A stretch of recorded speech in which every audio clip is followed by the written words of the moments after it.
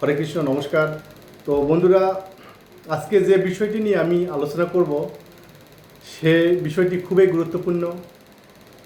আপনারা শুনবেন। শ্রী শ্রীমদ্ ভগবদ্গীতা অনুসারে জীবন পরিচালনা। আমাদের হিন্দু ধর্মীয় গ্রন্থ যতগুলো আছে তার মধ্যে অন্যতম হচ্ছে শ্রীমদ্ ভগবদ্গীতা। আর আমরা এই শ্রীমদ্ ভগবদ্গীতার অনুসারে কোনো ব্যক্তি যদি জীবন পরিচালনা করে তাহলে সে জীবনে অবশ্যই সফলতা লাভ করবে।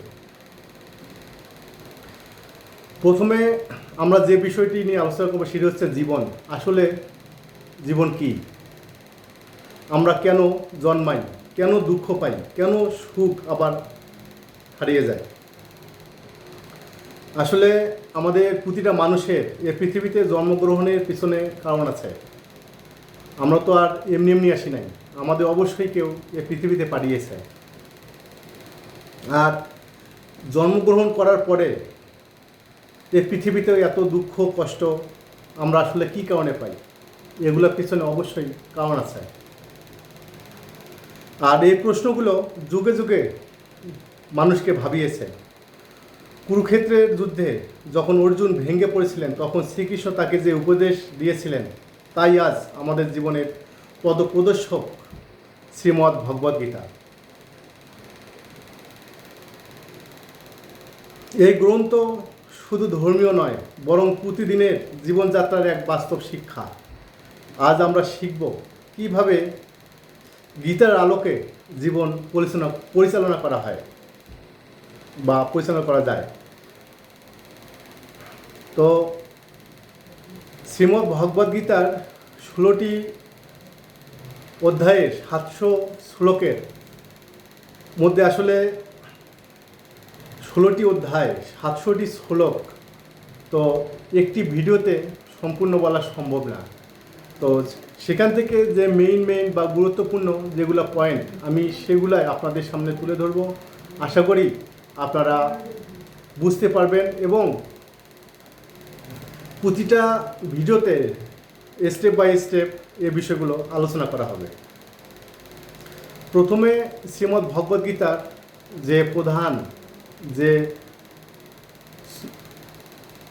অধ্যায়টি বা প্রথম বা প্রধান যে বিষয়টি হচ্ছে সেটি হচ্ছে কর্মযোগ। কর্মযোগ কর্তব্য পথে স্থির হওয়া। শ্রীকৃষ্ণ বলেছেন, কর্ম করো কিন্তু ফলের প্রতি আসক্ত হও না।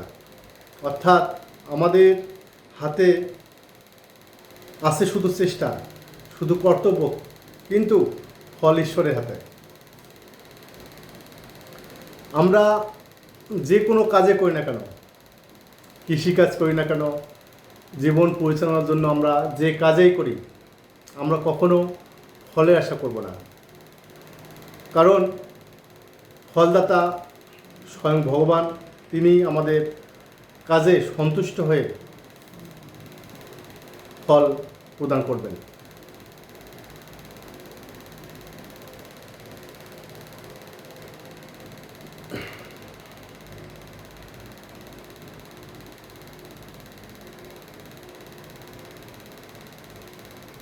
আমরা যদি সব সময় শুধু ফলে চিন্তা করি তবে হতাশা আমাদের ঘিরে ফেলবে।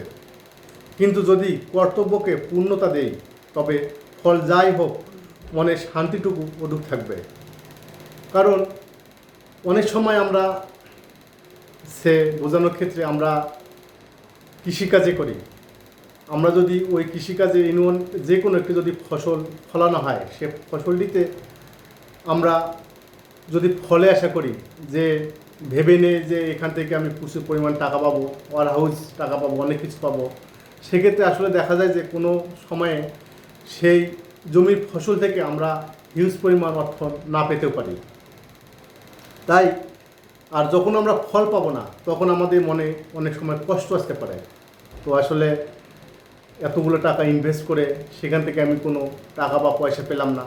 তো এখানে আমরা প্রথমে ফলের আশা করেছি বিধায় আমাদের অনেক সময় হতাশ হওয়া লাগতেছে। সেক্ষেত্রে আমরা যদি ফলের আশা না করে যে কাজটি আমরা করতেছি, যে ফসলটা ফলাইছি সে ফসল যদি ভগবানকে আমরা যদি অর্পণ করি, তিনি যা করবেন তাতেই আমি সন্তুষ্ট হব।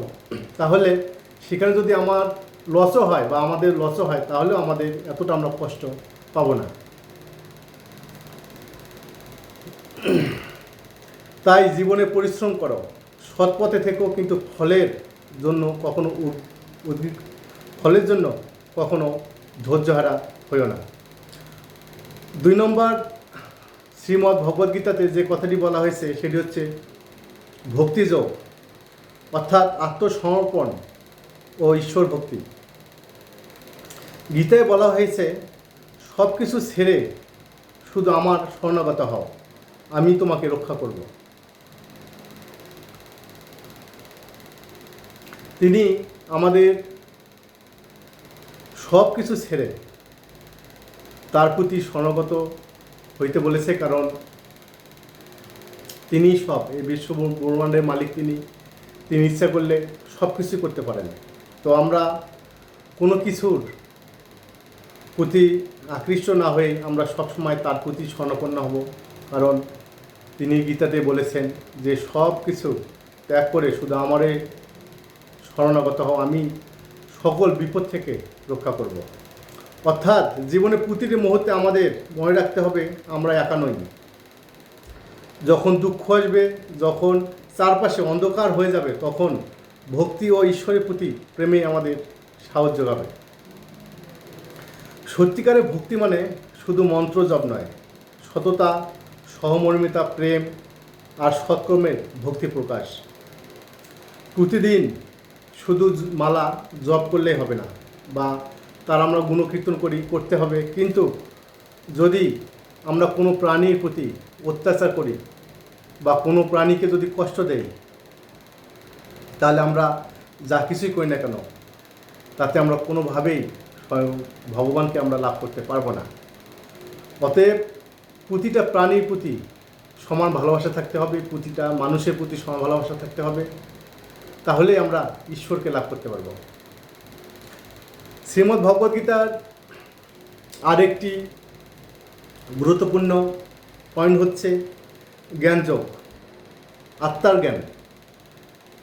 এখানে কৃষ্ণ অর্জুনকে বলেছিলেন আত্মা জন্ম নেয় না, আত্মা মরেও না। দেহ ক্ষণস্থায়ী, দেহ আজ আছে কাল থাকবে না, কিন্তু আত্মা অক্ষয়, অমর, চিরন্তর। আসলে আমরা এই পৃথিবীতে আমরা যা কিছু করি আমাদের নিজের শরীরের জন্য, আমাদের দেহের জন্য। আমাদের এই দেহের ভিতরে যে আত্মা আছে, সেই আত্মার কোনো মৃত্যু নেই। একটা ব্যক্তি যখন মারা যাওয়ার মাধ্যমে সে শুধু খাঁচা চেঞ্জ করার মতো। একজন ব্যক্তি যখন মারা যায় তার দেহের আর কোনো অস্তিত্ব থাকে না, কিন্তু আত্মা অমর, আত্মার কোনো মৃত্যু নেই। মৃত্যুর পরে আত্মা নতুন আরেকটি দেহ ধারণ করে। এক কথায় আত্মার কোনো মৃত্যু নেই।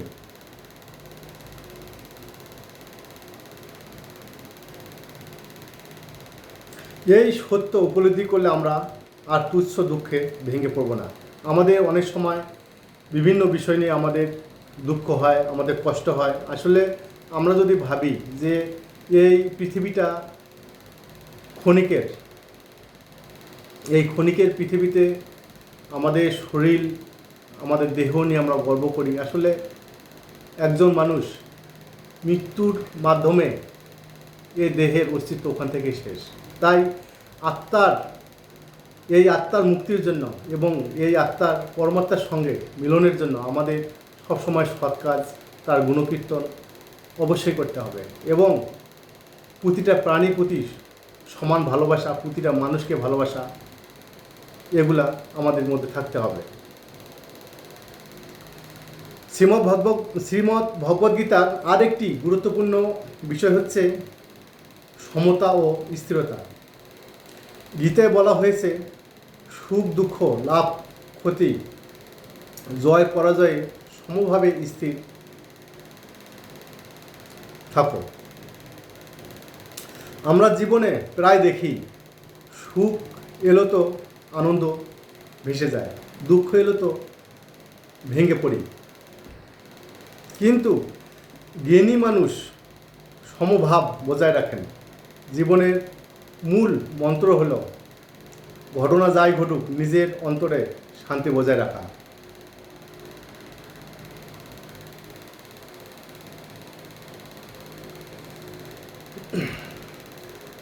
শ্রীমদ্ ভগবদ্গীতায় অর্জুন শ্রীকৃষ্ণকে প্রশ্ন করেছিলেন যে এই পৃথিবীতে সুখী ব্যক্তিকে। তিনি উত্তরে বলেছিলেন যে এই পৃথিবীতে সুখী ব্যক্তি কেউ না, যদি তুমি নিজেকে সুখী মনে না করো। অতএব আমরা যখন নিজেকে সুখী মনে করব, যে কোনো সামান্যতেই আমরা সন্তুষ্ট যদি থাকি, তাহলে অবশ্যই আমরা নিজেকে সুখী মনে করতে পারব। শ্রীমদ্ ভগবদ্গীতার আরেকটি গুরুত্বপূর্ণ পয়েন্ট হচ্ছে ধর্ম পালন।